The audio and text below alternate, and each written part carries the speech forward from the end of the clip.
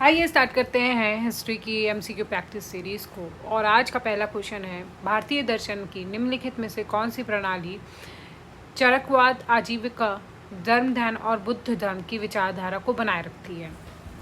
तो उसका आंसर है भारतीय दर्शन की अपरंपरागत प्रणाली, unorthodox system of Indian philosophy. भारतीय दर्शन की निम्नलिखित में से कौन सी प्रणाली वैशेषिक, न्याय, सांख्य, योग, पूर्व मीमांसा और उत्तर मीमांसा की विचारधारा को बनाए रखती है? विच of the following system of Indian philosophy uphold the ideology of Vaisheshika, न्याय, संख्या, योग, पूर्व मीमांसा एंड उत्तर मीमांसा? तो वो क्या थी? Orthodox system of Indian philosophy, भारतीय दर्शन की रूढ़िवादी प्रणाली। ठीक है। भारतीय दर्शन की सांख्य प्रणाली के संस्थापक कौन थे? तो वो कपिल मुनि। इस सीरीज़ में हमने इस जो 6 स्कूल ऑफ फिलॉसफी हैं इंडियन फिलॉसफी, उनमें हमने इनके सारे संस्थापक पढ़ रखे हैं। आप उस वीडियो को एक बार फिर से देख सकते हैं। साथ ही यहाँ पे हम एक बार उसको रिवाइज कर रहे हैं। तो पहला क्या हो जाएगा? कपिल मुनि। इसका क्या हो जाएगा? संख्या का संख्या स्कूल ऑफ फिलॉसफी, तो उसका आंसर है कपिल मुनि। दूसरा है निम्नलिखित न्याय संप्रदाय कौन से न्याय सूत्र पर आधारित है? Who among the following written Nyaya school is based on Nyaya Sutra? तो इनमें से किसने लिखा है? गौतम मुनि ने। किसने लिखा है? गौतम मुनि ने। वैशेषिक संप्रदाय की स्थापना किसके द्वारा की गई थी? ठीक है, वैशेषिक स्कूल तो कन्नड़। यहाँ पे हमने तीन लोगों के बारे में पढ़ा। एक कौन? संख्या, उसका आंसर क्या है? कपिल मुनि। तो फिर इसके बाद क्या पढ़ा? न्याय स्कूल, न्याय, उसका आंसर क्या है? गौतम ऋषि। फिर एक और क्या पढ़ा? वैशेषिका, उसका आंसर क्या है? कन्नड़। ठीक है, तीन तो हमने यहीं पे पढ़ लिया, इसके पहले भी हम इसको पढ़ चुके हैं। अब अगला है निम्नलिखित कथन पर विचार कीजिए, पूर्व मीमांसा से संबंधित क्या है? ठीक है, consider the following statement which are related to Purva Mimamsa. पहला कहता है वेद व्यास के शिष्य ऋषि जैमिनी द्वारा पूर्व मीमांसा की प्रणाली का प्रचार किया गया था। ठीक है, तो system of Purva Mimamsa was propagated by sage Jaimini, a disciple of Veda Vyasa. तो इसका आंसर ए, यहाँ पे ये सही है। ठीक है, ये बात बिल्कुल सही कही गई है। जो वेद व्यास थे, उनके जो शिष्य थे ऋषि जैमिनी, इन्होंने ही पूर्व मीमांसा का स्थापना की थी और इसको उन्होंने प्रचार किया था इसका। The main objective of Purva Mimamsa school is to interpret the and establish the authority of Vedas. Purva Mimamsa संप्रदाय का मुख्य उद्देश्य वेदों के अधिकार की व्याख्या और सत्यापन करना है। तो ये इसका मेन ऑब्जेक्टिव जो दिया है वो भी सही है। तो ये रह जाएगा दोनों का सही आंसर है। अगला है 1884 से 1888 में 22 वर्षीय हिंदू महिला को उसका पति बम्बई हाई कोर्ट में ले गया। इस केस का क्या नाम था? A 22-year-old Hindu woman was taken by her husband to the Bombay High Court. तो ये रुक्माबाई दादाजी केस हुआ था। ठीक है, रुक्माबाई दादाजी केस हुआ था। ठीक है, आप इसको क्वेश्चन को स्किप भी कर सकते हैं। निम्नलिखित कथन में गौर करें, यह विशिष्टाद्वैत से संबंधित है। विशिष्ट अद्वैत, ठीक है, उससे संबंधित है। तो विशिष्ट अद्वैत विशिष्टता के साथ अद्वैत योगता वेदांत दर्शन का एक गैर द्वितीयवादी संप्रदाय है। ठीक है, तो ये सही है।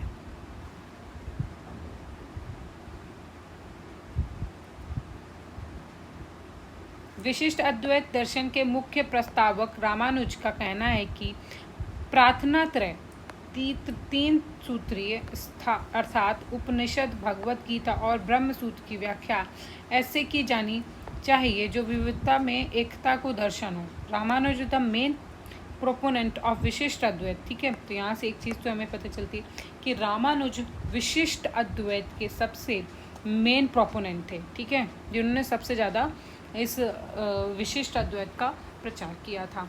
फिलॉसफी कंटेंट एट द प्रार्थना त्रय, the three courses, namely the Upanishad, the Bhagavad Gita and the Brahma Sutra, are to be interpreted in a way that are shown in the unity in the diverse. तो दोनों ही इस statement में दोनों ही सही answers हैं।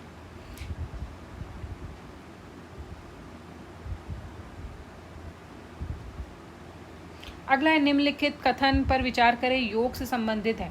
योग सांख्य, ठीक है, पहले चीज तो इसके संस्थापक कौन थे? संस्थापक पतंजलि। संप्रदाय के 25 सिद्धांतों को ईश्वर के साथ गिनकर 26वें के रूप में स्वीकार करता है, इसलिए योग बहुदेववादी है। तो ये इसका सही आंसर है। दूसरा, Yoga gives the theological step to realize the Purusha distinct from Prakriti. Yoga पुरुष को प्रकृति से अलग सिद्ध करने के लिए धर्मशास्त्री व्याख्या देता है। तो यहाँ पर ये गलत हो जाएगा, ऐसा नहीं करता, ठीक है। तो यहाँ पे सिर्फ एक ही स्टेटमेंट यहाँ पे इसका सही है। निम्नलिखित कथन पर विचार करें, शुद्ध अद्वैत विशुद्ध रूप से गैर द्वैत दर्शन है जो वल्लभाचार्य द्वारा प्रस्तावित है। वल्लभ संप्रदाय के संस्थापक दार्शनिक गुरु या पुष्टि मार्ग हिंदू वैष्णव परंपरा कृष्ण की पूजा पर केंद्रित थी, ठीक है। तो एक सीरीज़ में ये जो स्कूल ऑफ फिलॉसफी हैं उनको मैं करवा दूँगी, उससे आपको ये जो क्वेश्चंस हैं इनको करना इजी हो जाएगा। अब 6 स्कूल ऑफ फिलॉसफी हैं, ठीक है, जिनके बारे में हमने अभी ऊपर MCQs किए। तो जिसने पढ़ रखे हैं उनके लिए तो इसको करना इजी है, लेकिन जिसने नहीं पढ़ा वो नहीं कर पाएगा, ठीक है। तो एक बार वो कर लेंगे, उससे इस टाइप के क्वेश्चंस करना और भी इजी हो जाता है। फिर उसमें अद्वैतवाद, द्वैतवाद, ठीक है, विशिष्ट द्वैतवाद, ठीक है, शुद्ध अद्वैतवाद, किसने कौन सा स्कूल चलाया, किसने प्रोपोगेट किया, उसके सारे क्वेश्चंस हम वहाँ पे एक बार में देख लेंगे, ठीक है। फिलहाल इसी में आप पॉज करके इसको देख सकते हैं, इसमें दोनों ही इसके आंसर हैं, ठीक है।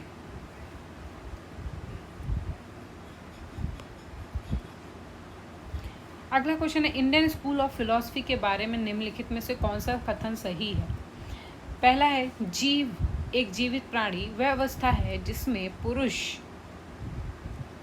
को किसी न किसी रूप में प्रकृति से जुड़ा होता है। पुरुष किसी न किसी से प्रकृति, पुरुष मतलब जो भी इंसान है, मानव, ठीक है। पुरुष जिसे आत्मा भी कहा जाता है वह सहज रूप गुण अपरिवर्तनीय शाश्वत और चेतन है। यहाँ पर इंडियन फिलॉसफी के अकॉर्डिंग ये दोनों ही स्टेटमेंट सही हैं। Jiva a living being is that state in which purusha is bonded to प्रकृति इन सम फॉर्म, तो ये सही है। दूसरा, Purusha also called as Atma is immutable eternal and conscious by its whole nature. तो इंडियन फिलॉसफी में दो चीज़ों के बारे में बात की गई है, एक जीव और एक पुरुष। पुरुष जिसको कि आत्मा भी कहते हैं, ठीक है। जीव मतलब जो जीवित प्राणी है, ठीक है। अब कुछ स्कूल कहते हैं कि दोनों सेम हैं, कुछ कहते हैं नहीं दोनों चीज़ें अलग हैं। तो वो फिलॉसफी जब हम पढ़ेंगे तो उसमें इसको आराम से समझा जा सकता है, ठीक है। तो यहाँ पर इसका answer both A and B हो जाता है। एलोरा का कैलाश मंदिर किसके द्वारा बनाया गया था? तो कैलाश मंदिर एलोरा में है, ये हम पहले पढ़ चुके थे, और उसको कृष्णा वन उन्होंने बनवाया था। फ्रेस्को शैली से कौन सी पेंटिंग बनाई गई है? तो ये एक पेंटिंग का स्टाइल होता है फ्रेस्को। इसमें क्या होता है कि ऐसे वॉल जो होती है ना उसमें दराज करी जाती है, ठीक है, फिर उसके अंदर कलर फिल किए जाते हैं। तो ये काफ़ी दिनों तक पेंटिंग वैसी की वैसी ही रहती है। तो ये अजंता में देखा गया है फ्रेस्को पेंटिंग्स। हर्षवर्धन ने निम्नलिखित में से कौन सी पुस्तक नहीं लिखी है? मतलब बाकी की सारी हर्षवर्धन ने लिखी हुई। हर्षवर्धन से रिलेटेड अभी हमने एक और क्वेश्चन पढ़ा था कि हर्षवर्धन के समय पे कौन सा ट्रैवलर आए थे, तो हुन सेन थे। हुन सेन की बुक भी हमने यहाँ पे देखी थी, सीयुग की, ठीक है। अब यहाँ पे पूछ रहा है कि इन्होंने कौन सी बुक नहीं लिखी है, तो नागनंद, रत्नावली और प्रियदर्शिका, ये तीनों ही हर्षवर्धन ने लिखी है। हर्ष चरित्र जो है वो हर्ष ने नहीं लिखी है, वो बाणभट्ट ने लिखी है। निम्नलिखित में से किस मंदिर का निर्माण चंदेल वंश द्वारा नहीं किया गया? तो वो है सोमनाथ है, ठीक है। कंदरिया महादेव, चतुर्भुज, लक्ष्मण और एक और टेम्पल है जो कि बहुत फेमस है, जो कि मैं उसका नाम भूल रही हूँ। वो चंडेल्स का मंदिर फेमस है। चलिए उसको बाद में करते हैं। सोमनाथ मंदिर किसने बनाया था? देखो, मून गॉड के ऊपर सोमनाथ मंदिर बनाया गया था। और कहाँ पर था ये? गुजरात में था। किसके द्वारा बनाया गया था? चालुक्य, सोलंकी राजा थे, उन्होंने बनाया था। ठीक है, उनका नाम था मूलाराज सोलंकी।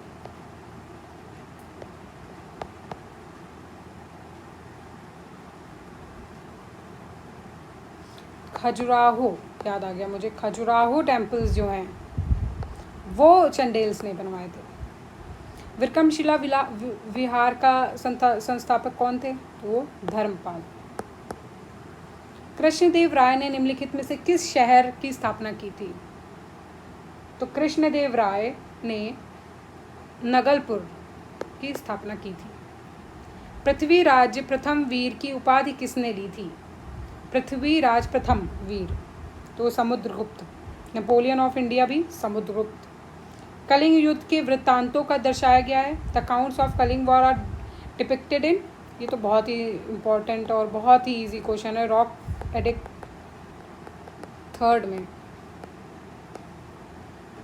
सॉरी 13 में। गोदावरी किस सिंधु घाटी स्थल पर पाया जाता है? ओ सॉरी, गोदीवारी, गोदीवारी एक जगह का नाम है, ये यहाँ पे लोथल है गुजरात में, वहाँ पे। काव्य शैली का सबसे पहला नमूना किस में पाया गया जाता है? द अर्लीस्ट स्पेसिमेन ऑफ काव्य शैली, तो वो है कथियावाड़, कथियावाड़।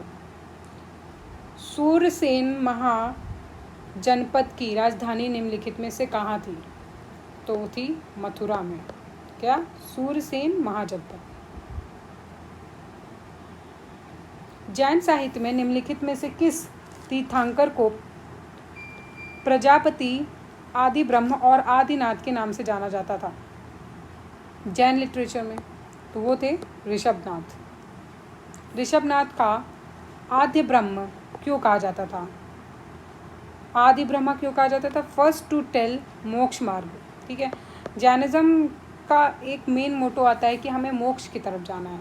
तो ऋषभ देव थे जो फर्स्ट थे जिन्होंने, ऋषभनाथ थे जो फर्स्ट थे जिन्होंने मोक्ष मार्ग बताया था। ठीक है, सारे स्टेप्स बताए थे कि क्या क्या करने पर कैसे आप अपनी लाइफ को जिएंगे तो आपको मोक्ष प्राप्त होगा। ऋषभनाथ तीर्थंकर के दाहिने पैर पर निम्न में से कौन सा चिन्ह था होने के कारण उन्हें कौन सा चिन्ह दिया गया था? Which of the following sign was acted on the right leg of Rishabhanatha Tirthankara? तो वो उनके पैर में बुल का कोई साइन था जिसकी वजह से उन्हें बुल का ही साइन दिया गया था। अपने दाहिने पैर के निशान के कारण ऋषभनाथ तीर्थंकर को क्या नाम दिया गया था? और दाहिने पैर के बारे में पूछ रहा है तो उसी से रिलेटेड है ऋषभ। ऋषभनाथ तीर्थंकर के पिता का क्या नाम था? तो नाभिराय। अपने पिता नाभिराय के कारण ऋषभनाथ तीर्थंकर को क्या नाम दिया गया था? तो वो था नभी सुन। इनकी माता का क्या नाम था? तो मरुदेवी। ऋषभनाथ के युग की शुरुआत पहले लोगों के निम्नलिखित में से कौन सी शिक्षा दी थी? उन्होंने कृषि, मसी और अस्सी, ये 3 शिक्षाएं उन्होंने दी थी।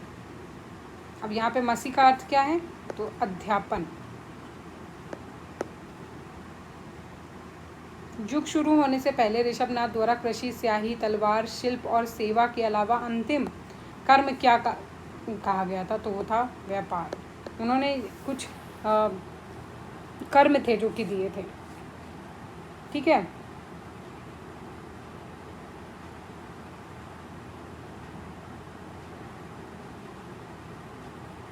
तो उनमें से क्या क्या थे? कृषि, स्याही, तलवार, शिल्प और सेवा। अच्छा, आप ये सोच सकते थे हम कि ऋषभनाथ के बारे में इतना पढ़ क्यों रहे हैं? क्योंकि ये हमारे फर्स्ट तीर्थंकर थे जैनिज्म के अकॉर्डिंग।